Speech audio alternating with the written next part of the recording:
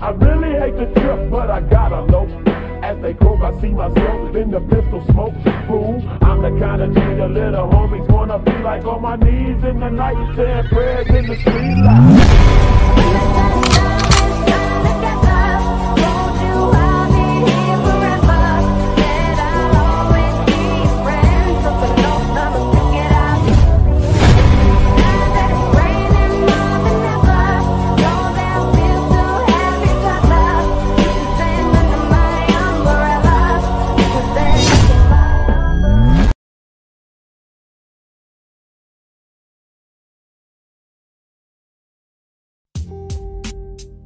Salut à tous et bienvenue dans ce 7e numéro de notre émission Rendez-vous Marvel, l'émission que vous retrouverez après chaque grosse sortie dans l'univers Marvel, que ce soit la sortie d'un film ou la sortie d'une série. Le format est bel et bien de retour après que nous ayons raté le rendez-vous Marvel pour les films Deadpool et Wolverine à cause de certaines raisons personnelles. Mais aujourd'hui nous sommes bel et bien de retour pour la série Agatha All Along. Et je ne suis pas seul comme dans tous les rendez-vous Marvel, je suis accompagné de Rockets. Bonjour Rockets. Eh bien bonjour à tous et à tous, et bien évidemment bonjour à toi Jonathan, j'espère que vous allez tous bien. Et du coup en cette introduction de Rendez-vous Marvel, je voulais quand même féliciter Jonathan qui a atteint du coup les 1K très récemment. Bien joué à toi, c'est totalement mérité. Et si vous n'êtes pas abonné, abonnez-vous directement. Comme l'a dit Rockets, nous venons d'atteindre les 1000 abonnés sur YouTube. Je remercie sincèrement tous qui sont abonnés à la chaîne. Merci aussi à toi Rockets. Merci à vous tous pour vos likes, pour vos commentaires, pour vos soutiens. Ça me fait énormément plaisir. Et aussi n'oubliez pas, les liens de la chaîne YouTube des Rockets se trouvent dans la description. Et bien lui, il avait déjà atteint les 1K bien avant moi. Pour ce numéro de Rendez-vous Marvel, nous aurons le même schéma que d'habitude. D'abord, nous allons commencer par réagir à l'actualité, réagir à 4 actualités pertinentes que nous avons eues durant toute cette semaine. Puis nous allons entrer dans la partie critique et analyse où nous allons critiquer la série avec spoiler. Et enfin, nous allons finir dans la partie des théories pour la suite pour donner quelques théories après la série. Et j'espère que vous êtes là, donc c'est parti pour ce 7e numéro de Rendez-vous Marvel sur la série Agatha All Along. Mais avant ça, réagissons à l'actualité.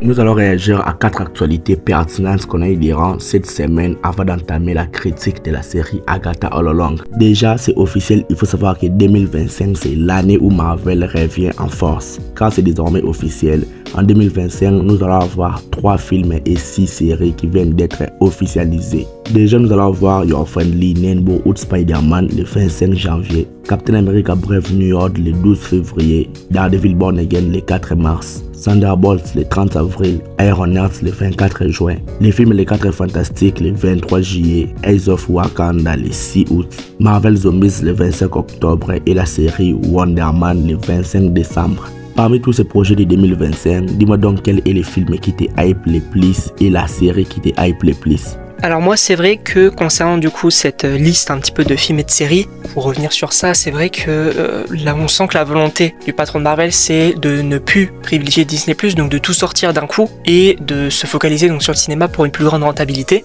Après moi c'est vrai que si je devais faire un top 3 des films et séries qui me hype le plus donc l'année prochaine, je pense qu'en 3e position il y aurait le film Captain America Brave New World qui me chauffe quand même pas mal. En 2e je mettrais Les 4 Fantastiques et tout en haut je mettrais Daredevil Born Again. Parce que c'est Daredevil. Pour moi, je pense que Marvel veut se débarrasser de toutes les séries Disney+. C'est pour cela, toutes les séries Disney+, qui sont prévues, ils les ont balancées d'un coup pour que ça sorte et on passe enfin à autre chose. Et je pense qu'ils vont privilégier les films puisque les films vont les faire remporter gros. Pour mon top 3 des projets que j'attends le plus parmi tous les projets qui sortiront en 2025, d'abord nous avons la série Ironheart qui me hype pas mal. Puis nous avons le film Thunderbolts que j'ai hâte de voir. J'aimerais vraiment voir l'alchimie entre ces personnages. Et les projets que j'attends le plus, bien sûr, c'est la série Daredevil Born Again, puisque la série était exceptionnelle sur Netflix et j'ai hâte de voir les personnages. Et sinon, donc à part ces annonces-là, donc on sait oui qu'il y a une saison 3 donc de What If, donc ce sera la dernière saison qui du coup arrivera donc le 22 décembre, donc très prochainement du coup, avec un épisode par jour comme il avait fait du coup donc pour la saison 2. En vrai de vrai, personnellement, j'ai jamais été emballé par la série What If. En vrai, la première saison était un petit peu cool. Mais puis venue la deuxième saison qui a vraiment flingué ma hype pour la série What If. J'attends pas du tout la saison 3, j'espère qu'ils vont nous surprendre. Mais sinon, j'ai rien à faire de la série What If et je l'attends pas du tout. Moi c'est vrai que la saison 2 elle m'avait pas forcément plu, mais en réalité je me suis dit bon, ils veulent faire entre une troisième saison, c'est la dernière, je me dis pourquoi pas il peut peut-être y avoir 1 ou 2 épisodes assez intéressants, mais finalement on n'en sait pas trop, et moi pour le coup je suis pas forcément très chaud. Il faut savoir que le film Venom 3 est sur une très bonne lancée au box-office mondial, puisque le film a dépassé la barre des 300 millions de dollars. Et actuellement, il fait mieux que le film Joker Folie AD. Et oui, et ça c'est ça en fait, moi je trouve ça, le box-office, je trouve ça fascinant. Tu te dis que oui, un film comme Venom 3 du coup, il a réussi à dépasser donc les 200 millions donc, de dollars au box-office, alors que pour Joker 2, c'est compliqué. Et moi je trouve ça fascinant parce que, en réalité, bon je l'ai pas encore vu, à l'heure où je tourne du coup cette vidéo donc avec Jonathan, je n'ai pas encore vu Venom 3. En vrai, c'est vrai, je me pose la question, je ne sais pas pourquoi est-ce que les gens vont voir ce troisième film, en tout cas ceux qui n'ont pas apprécié les deux précédents. C'est vrai que je me pose quand même certaines questions, mais en réalité, bien joué à eux, bien joué à Sony. Jusqu'à présent, j'ai toujours pas vu le film Venom 3 et j'espère que je vais pas le voir jusqu'à ce que ça va sortir en streaming. Puisque j'en ai marre d'aller au cinéma pour voir des films Sony qui sont au final pas très incroyables, pas très excellents. Donc j'en ai marre des bouses, je vais attendre que les films sortent en streaming. Moi je pense que la raison pour laquelle le film va exploser au box-office parce que c'est le dernier film Venom. Les gens sont curieux de voir ce que ça va nous proposer. Comment nous allons finir cette aventure de Eddie Brock et Venom dans l'univers de Sony. Je pense que les gens ont hâte de voir ça et c'est pour cela que le box-office explose actuellement. Mais personnellement je suis pas du tout emballé par le film. Et enfin donc dernière actu, donc on a appris donc Josh Brolin donc serait prêt à reprendre donc le rôle de Thanos dans Avengers Secret Wars. Thanos est un méchant iconique. Il a apparu dans les films Avengers Infinity War et Avengers Endgame. Et avec ces deux films, il est entré dans l'histoire du cinéma comme étant l'un des meilleurs méchants de tous les temps. Pour moi, le faire revenir, si c'est pour les gâcher ou pour les fans service dans les films Avengers Secret Wars, ça peut détruire l'image de Thanos qu'on a actuellement. Si on va les revenir pour faire quelque chose d'incroyable dans les films Avengers Secret Wars, tant mieux. Mais si c'est pour les gâcher, vaut mieux ne pas les faire. Alors du coup c'est vrai que pour moi je suis quand même chaud. Alors certains vont me dire que c'est un retour en arrière parce qu'il y a les frères Russo et que du coup peut-être qu'il veut revenir parce que c'est eux aussi donc qui ont fait donc Infinity War et Endgame. Mais je pense quand même que s'il y a Thanos, ce sera quand même un personnage un petit peu secondaire. Il y avait des rumeurs qui parleraient qu'il ferait partie en fait d'une équipe donc de maîtres du mal avec donc notamment Robert Downey Jr. Dr. Fatalis. On aurait du coup Thanos, d'autres méchants emblématiques on va dire de l'univers Marvel. Peut-être même un Ultron, pourquoi pas. Moi je trouvais ça assez cool de finalement mettre Thanos dans une équipe, peut-être même du coup ce serait pas forcément le Thanos qu'on a connu, mais une autre version, peut-être donc il y avait des rumeurs qui parlaient d'un King Thanos. Moi je dis pourquoi pas, je dis que ça pourrait être quand même plutôt intéressant. Et en réalité si tu veux faire un hommage donc à tout ce qui a été fait, bien évidemment qu'il faut évoquer l'un de leurs plus grands méchants, Thanos. On a fait le tour de tous les 4 news pertinentes qu'on avait eu. Maintenant passons dans la partie critique et analyse où nous allons critiquer la série Agatha All Along et attention spoiler.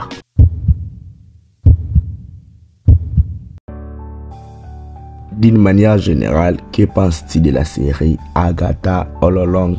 Eh ben c'est vrai que moi concernant cette série de Agatha All Along, c'est vrai que les trailers et tout, ça m'avait intrigué. Je me demandais pourquoi une série sur Agatha, est-ce qu'on va vraiment avoir Billy, qu'est-ce qui va se passer et tout, qu'est-ce que ça va raconter. Je dois dire que avec du coup l'entièreté de la série, j'aime énormément cette série. Je pense que c'est pas impossible qu'elle fasse partie de mon top 5 des meilleures séries donc de Marvel Studios. Et en réalité, oui, je pense qu'elle en fait partie, sachant que, oui, Agatha, j'ai beaucoup apprécié, Billy également, que ce soit du coup, bien évidemment, donc l'histoire donc de la Witch's Row, tout ça. Je trouve que c'est hyper intéressant, notamment donc avec la fin, comme j'ai dit, du coup, les personnages. Après, au niveau des effets spéciaux, ça peut être aussi un petit point négatif, les effets spéciaux qui ne sont pas forcément incroyables tout le long de la série.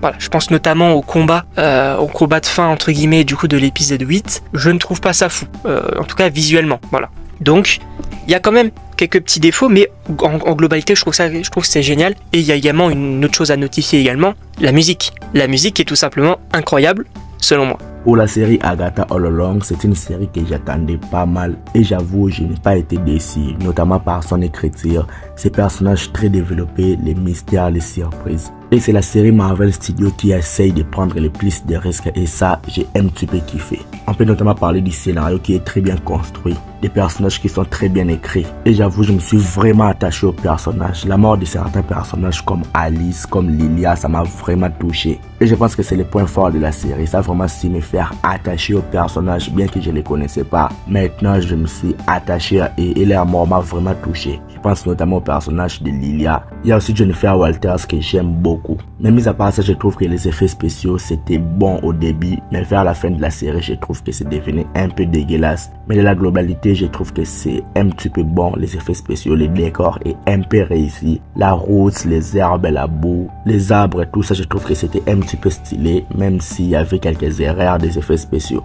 Les tons de la série étaient un petit peu matières, ça essayait d'être un petit peu horrifique, ça essayait d'être un petit peu gore. Ça a vraiment pris des risques. C'est la série Marvel Studios qui a le plus pris des risques et ça, je trouve que c'est l'un des points forts. Mis à part ça, je suis un petit peu déçu par le rythme de la série. D'abord, la série a commencé par des épisodes forts, mais qui a pris beaucoup de temps pour démarrer. Puis on a eu 3 épisodes ventre et mou qui n'a pas raconté grand chose. Et à la fin, nous avons eu 4 épisodes grandioses. Et ce qui a sauvé la série. Donc je trouve que la série avait un petit problème de rythme. Et mis à part ça, je trouve la réalisation, la mise en scène plutôt bon. Et parlons des musiques de cette série qui sont juste envoûtantes. La chanson de la balade des sorcières, je l'ai en boucle dans ma tête. Et ce n'est pas juste une chanson qui est juste là pour être chantée. Ça a vraiment un impact sur la série. Ça contribue au scénario de la série. C'est vraiment important dans l'histoire. Donc la musique de la série, c'est impactante. Quel est ton épisode favori parmi les 9 épisodes de la série Agatha All Along et dis-nous pourquoi. Alors, c'est vrai que je peux peut-être un peu me répéter pour les précédents rendez-vous Marvel, mais c'est vrai que j'ai pas forcément d'épisode préféré. Je veux dire que j'ai beaucoup aimé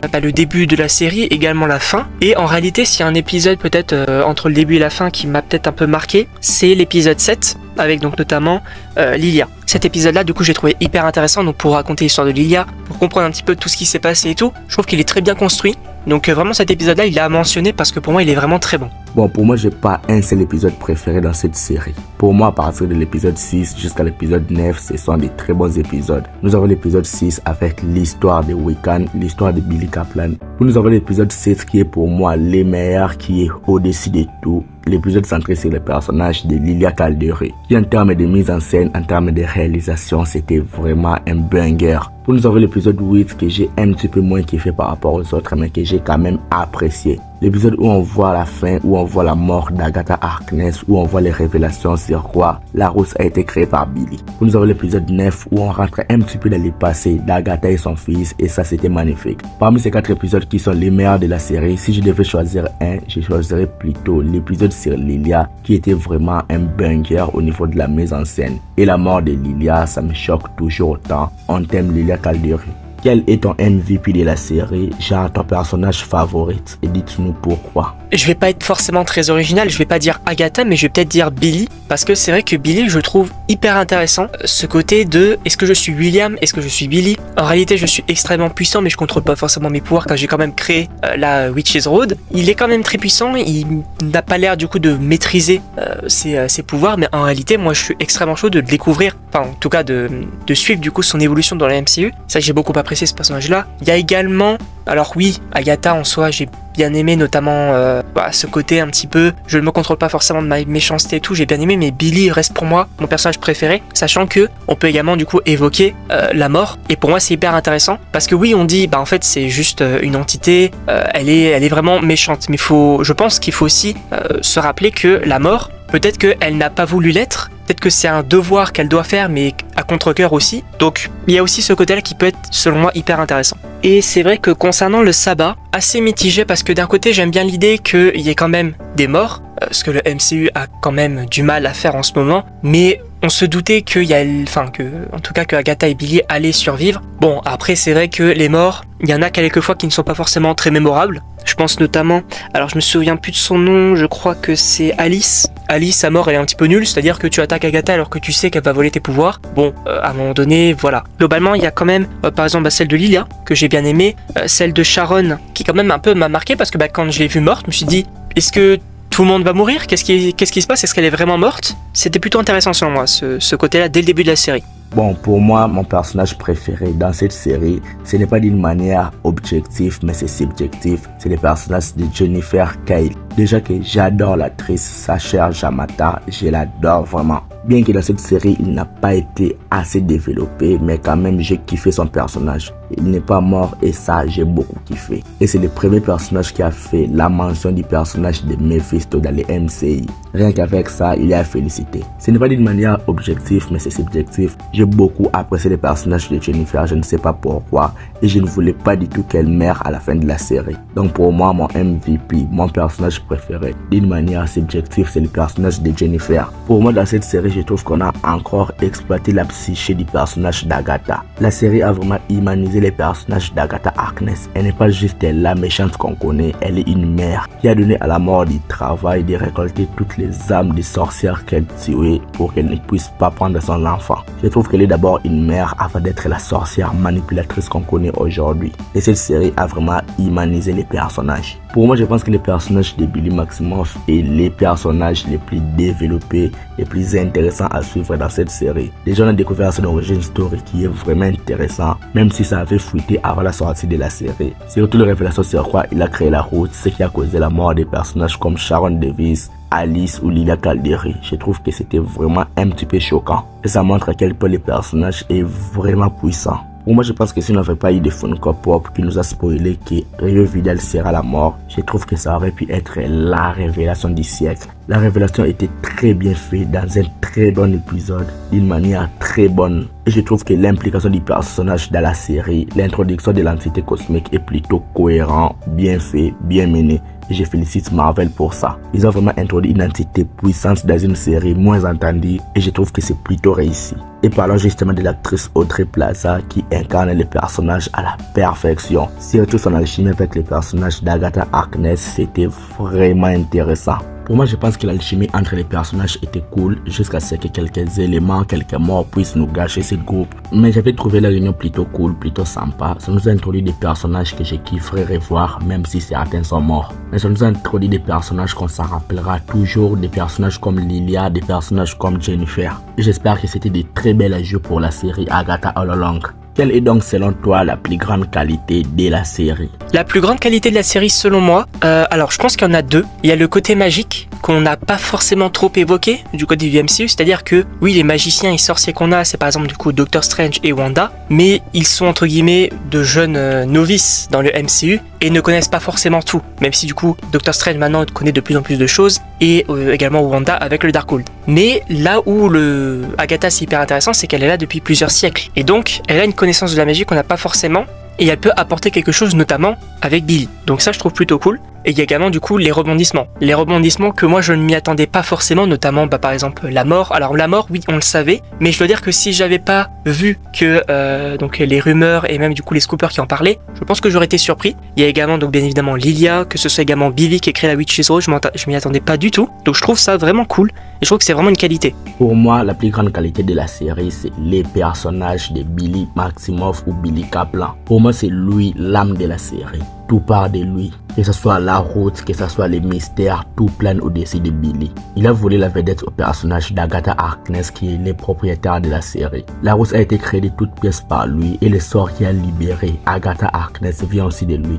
Et la fin finit avec lui. Donc le personnage de Billy a pris une grande place dans la série et pour moi c'était les personnages de la série. Et je considère que c'était la grande qualité de la série. Alors contrairement, quelle est ta plus grande déception de la série? Alors du coup j'ai pas forcément de grande déception donc à proprement parler, mais à un moment donné c'est vrai que Marvel il faut arrêter de jouer avec Mephisto. Parce que alors WandaVision on s'en rappelle, il y avait pas mal de théories qui évoquaient ça, notamment que c'était pas la faute de Wanda mais de Mephisto. Là on évoque directement Mephisto mais ça va pas plus loin. À un moment donné c'est vrai que bon, la série s'en tire quand même pas mal bien, il y a quand même pas mal de bonnes idées et tout, même si certaines personnes peuvent être déçues de ne pas avoir eu Mephisto, c'est pas mon cas, mais c'est vrai qu'à un moment donné faut arrêter d'y jouer, sachant que oui on va le voir du coup dans la série Iron Heart. J'ai hâte quand même de savoir où ça va aller, mais j'ai quand même un peu peur. Voilà, donc c'est quand même assez mitigé de ce côté-là, parce qu'ils en jouent pas mal, et à un moment donné ça peut devenir un petit peu lassant. Pour moi, la plus grande déception de la série, c'était la durée des épisodes. On a des épisodes de 28 minutes, des épisodes de 25 minutes, des épisodes de 30 minutes. Et je considère qu'il y a un défaut dans la durée des épisodes puisque ça ne nous permet pas d'assez développer des personnages. Plusieurs personnes ont des difficultés à s'attacher aux personnages puisqu'il n'y a pas assez de temps pour développer chacun d'entre eux. Il y a juste des épisodes de 40 minutes, le reste c'est des épisodes de 30 minutes voire 20 minutes si on enlève les génériques. Donc c'était pour moi la plus grande déception de la série. La durée des épisodes n'a pas vraiment permis pour développer au maximum les personnages. Sans pour autant théoriser, que penses-tu de la fin de la série Agatha All Along? pour moi c'est vrai que la fin de la série elle fonctionne plutôt bien. Encore une fois, comme j'ai dit, avec les rebondissements et tout, je trouve que ça fonctionne. En plus, c'est très bien d'avoir sorti donc les épisodes 8 et 9 en même temps parce que ils sont très complémentaires. C'est-à-dire que dans l'épisode 8, on a véritablement la fin de la Witch's Road et dans l'épisode 9, on a le flashback qui peut expliquer certaines choses. Je trouve quand même ça hyper intéressant et franchement, pour moi, la fin de la série, j'ai passé un bon moment. Les 2 épisodes, je les ai pas forcément vus passer. Donc, pour moi, ça fonctionne. Ça fonctionne très bien. Également, l'épisode 7, donc par exemple avec Lilia, pareil, ça fonctionnait très très bien. On sentait du coup qu'on était vers la fin. Pour moi, ça, en un mot, ça fonctionne. Contrairement aux précédentes séries Marvel, je trouve que la fin de la série Agatha All Along est vraiment réussie. Il réussit à conclure parfaitement tout ce qui a été introduit, tout ce qui a été fait, tous les mystères ont été démantelés. Je trouve qu'il n'y a pas trop de questions qui restent en suspens. Avec les doubles épisodes finaux, je trouve que c'était vraiment mieux pour tout nous expliquer d'un coup. Je pense que la série ouvre vraiment de grandes portes pour une suite. Mais la fin est vraiment parfaite et très bien faite. Maintenant, dans ton top des séries du MCU, dans quelle place mettrais-tu la série Agatha All Along? Alors du coup, comme je l'ai dit, pour moi, oui, Agatha peut très facilement arriver donc dans mon top 5 des séries du MCU. Sachant que bon, le top 3, il est intouchable en réalité, pour le moment en tout cas. Mais je pense qu'elle peut être 5ème sans réel souci. Parce que c'est vrai, encore une fois, j'ai beaucoup aimé cette série-là. Et je le précise, c'est bien une série du MCU. On va pas compter, par exemple, du Daredevil qui est que Marvel. Alors pour moi, dans le top 10 des séries du MCU, la série Agatha All Along vient actuellement à la 5ème place. Je trouve que c'est meilleur que la plupart des séries Marvel qui ont été faites durant ces dernières années. Je trouve juste la série Loki, Moon Knight et la série WandaVision, voire même The Falcon and the Winter Soldier.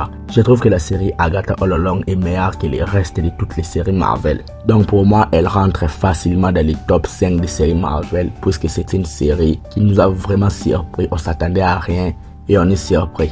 Maintenant que la série a fini, qu'est-ce qu'il y avait à améliorer dans cette série selon toi? Pour moi, ce qui a amélioré, je dirais que ce serait... Alors déjà, les effets spéciaux. Je pense que ils auraient pu quand même un petit peu plus travailler dessus. Après, je sais que c'est compliqué. Je sais qu'il y a beaucoup de boîtes d'effets visuels qui ne veulent plus travailler donc avec Disney parce que justement, le travail est assez compliqué. Je conçois tout ça, mais c'est vrai que surtout dans une série magique où on va aller dans une autre dimension, bon, qui n'en est pas vraiment une, mais t'as compris, avec du coup tous ces fonds verts et tout. Effectivement, je trouvais que, alors il y a des moments ça fonctionne très bien, mais il y a d'autres moments c'est pas forcément hyper bien fait. Donc ça, ils auraient pu peut-être un petit peu travailler dessus. Mais en réalité, que ce soit le scénario, les personnages et tout, je trouve que ça fonctionne très bien. J'aurais peut-être aimé une petite scène post-générique, je ne sais pas. Un petit teasing en plus, pourquoi pas. Ça aurait été peut-être plutôt sympa. Pour moi, la chose qu'il y avait à améliorer dans cette série, c'est juste les effets spéciaux. Parfois, on ressent des erreurs, parfois on voit que les effets spéciaux sont mal faits. Au début, c'était bien, mais à la fin de la série, c'était vraiment catastrophique.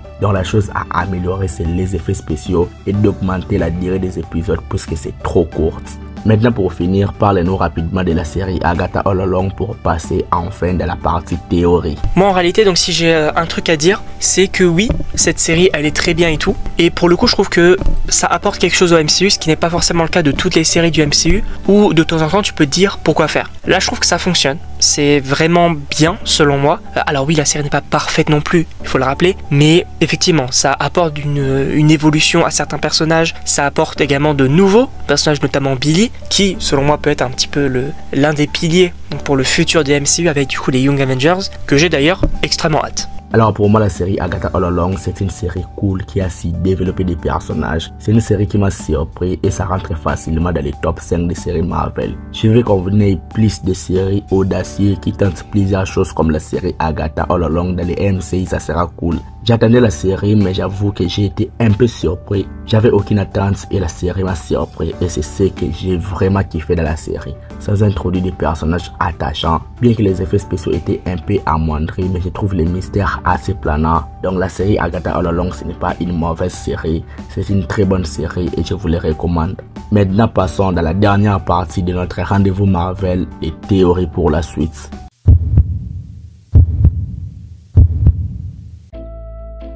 Selon toi, qui nous tease la fin de la série Agatha All Along avec Billy Maximoff et les fantômes d'Agatha Harkness? Alors du coup, quand même attention spoiler concernant donc un futur programme qui n'est pas annoncé du côté du MCU. Je ne sais pas si tu es au courant du coup Jonathan, mais oui, il y a une série donc sur Vision Blanc, donc Vision Quest, qui arrive donc, en tout cas qui serait donc en préparation. Et dans cette série, selon du coup donc des scoopers et tout, on aurait donc le personnage de Tommy. Et ça on le savait même avant du coup la série Agatha. Et du coup le fait que ça se termine là-dessus, oui, je pense que bien évidemment ça tease Tommy, c'est logique, Tommy arrive. Et en plus de ça, je pense que on peut peut-être retrouver donc Billy dans la série Vision Quest, qui veut justement retrouver Tommy, peut-être même à la fin, peut-être même donc dans une scène post-générique, en mode j'ai besoin de toi, je t'ai retrouvé, il faut que tu viennes parce que Agatha peut-être qu'elle a des infos et tout, il se prépare un truc, j'en sais rien. Ça tease, je pense, du coup, cette série là.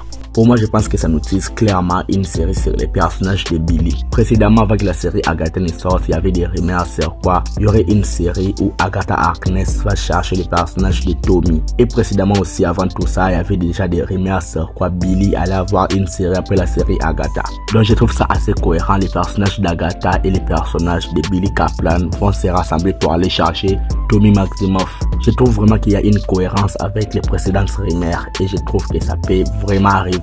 Je pense que la fin de la série Agatha nous tease clairement ces scénarios. Maintenant que la série est finie et que Jennifer est le seul membre du Sabbat qui reste en vie, quel futur penses-tu pour les personnages dans les MCI? C'est vrai que je m'attendais pas forcément à cette question-là. Jennifer, je dirais que globalement, je pense pas en vrai qu'on va la revoir, c'est pas forcément utile. Je sais que il y avait, alors je ne sais plus à quel personnage elle est liée dans les comics, mais elle est liée à un personnage. Je ne sais pas, en réalité je ne sais même pas si on va la revoir. Peut-être, encore une fois, peut-être dans Vision Quest, peut-être en petit easter eggs, pourquoi pas. Mais je pense pas qu'elle va revenir et qu'elle va avoir une histoire. Je pense que le personnage, ok, il a survécu, elle reste dans son coin, elle pratique encore une fois la magie. En tout cas peut-être qu'elle peut faire appel à Agatha, peut-être qu'il peut y avoir un lien pour le futur, mais je pense pas qu'on partira là-dessus.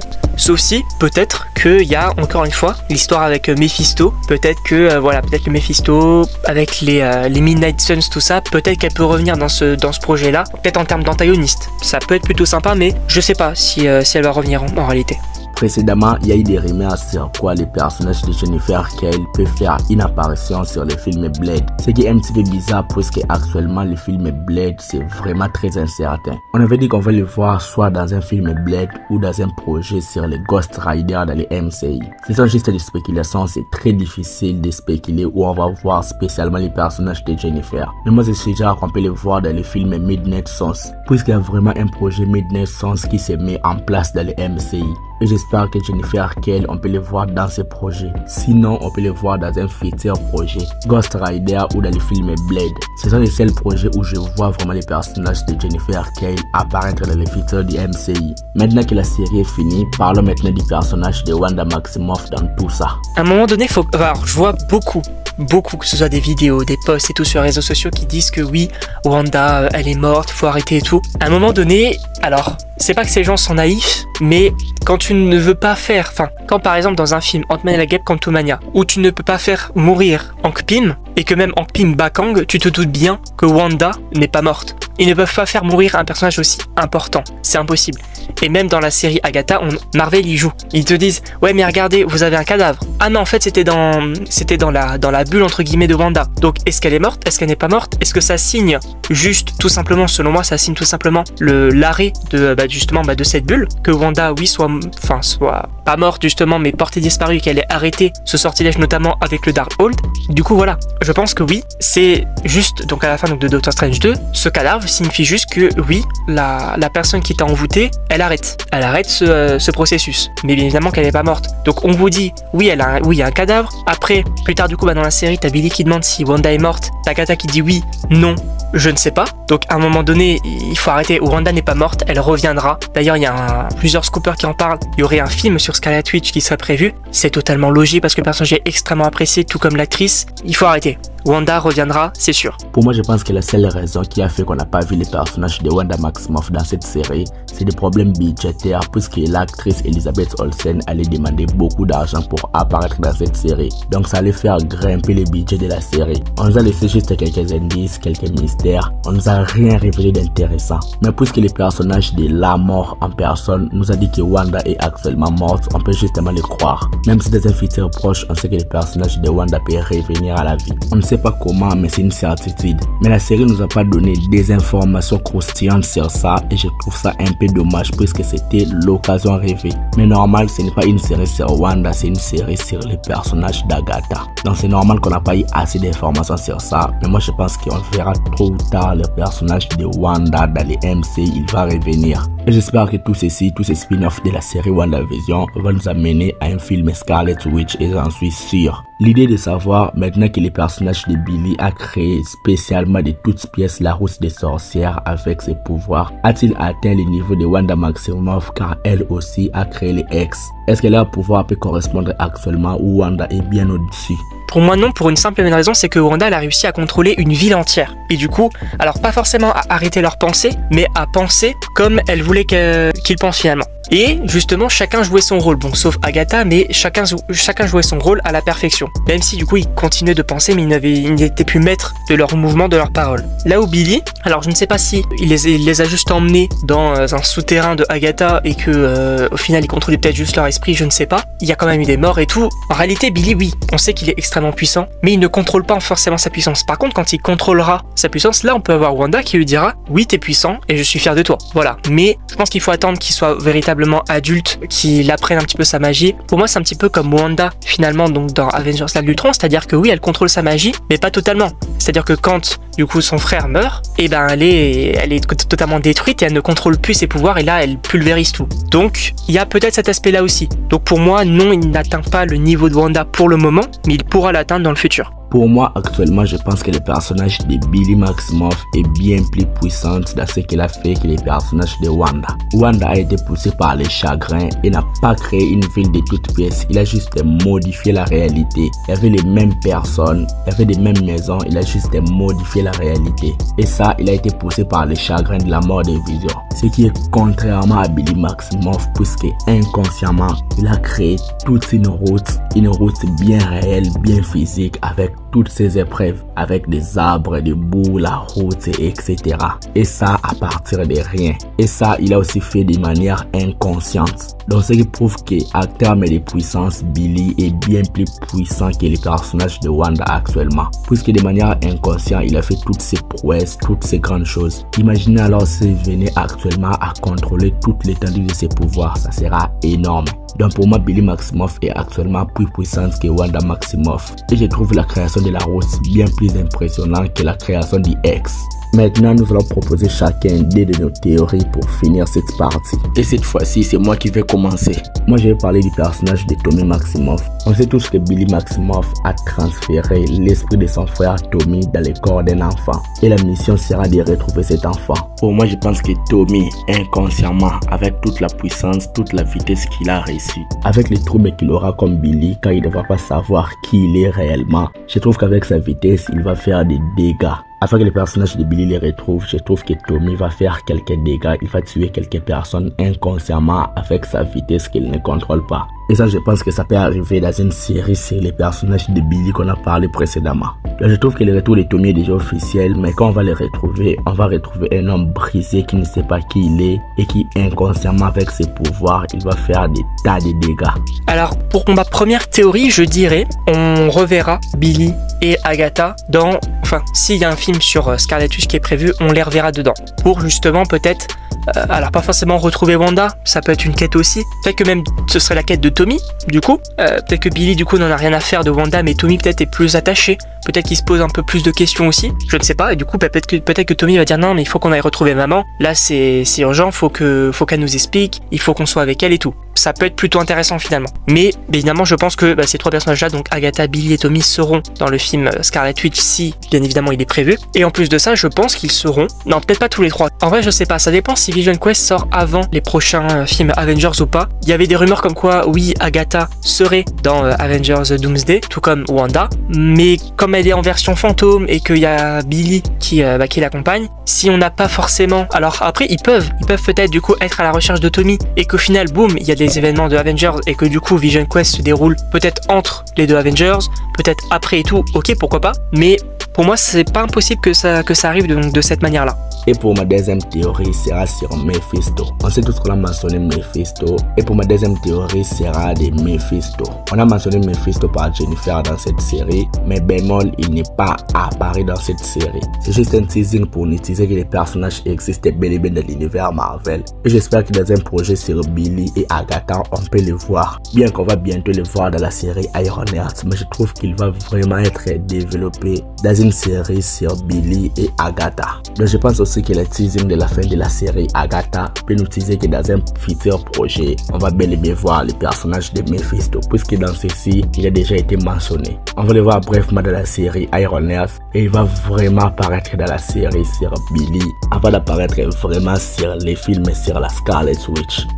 Bon, je pense qu'on a fait le tour, on a dit tout ce qu'il y avait à dire. On vous remercie tous d'être arrivés jusqu'ici dans la vidéo. Je pense que vous avez passé un super moment dans notre compagnie. C'était un vrai plaisir de faire cette émission à votre compagnie et en compagnie de toi, Rocket. Et donc du coup voilà, donc merci encore une fois bien évidemment Jonathan de m'avoir encore une fois invité donc pour ce rendez-vous Marvel. Et bien évidemment merci à vous d'avoir donc regardé cette petite émission. Je veux dire que je trouve ça vraiment plutôt sympa, j'aime bien vraiment le concept. Donc encore une fois, merci à vous, merci à Jonathan, encore une fois bien joué pour les 1K, n'hésitez pas donc à vous abonner. Et donc moi je vous dis à la prochaine. Et n'oubliez pas, les liens de la chaîne YouTube des Rockets se trouvent dans la description. N'oubliez pas de vous abonner à nos chaînes YouTube, de nous suivre sur nos réseaux sociaux pour plus d'actualités. Like la vidéo et dites-nous dans les commentaires ce que vous en pensez. C'était Jonathan Geek et Rockets et on vous dit qu'on se retrouve trop vite pour un prochain rendez-vous Marvel. Ciao.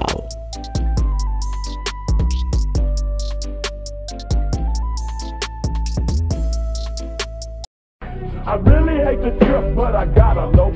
As they croak, I see myself in the pistol smoke. Fool, I'm the kind of G the little homies wanna be like on my knees in the night, saying prayers in the street light.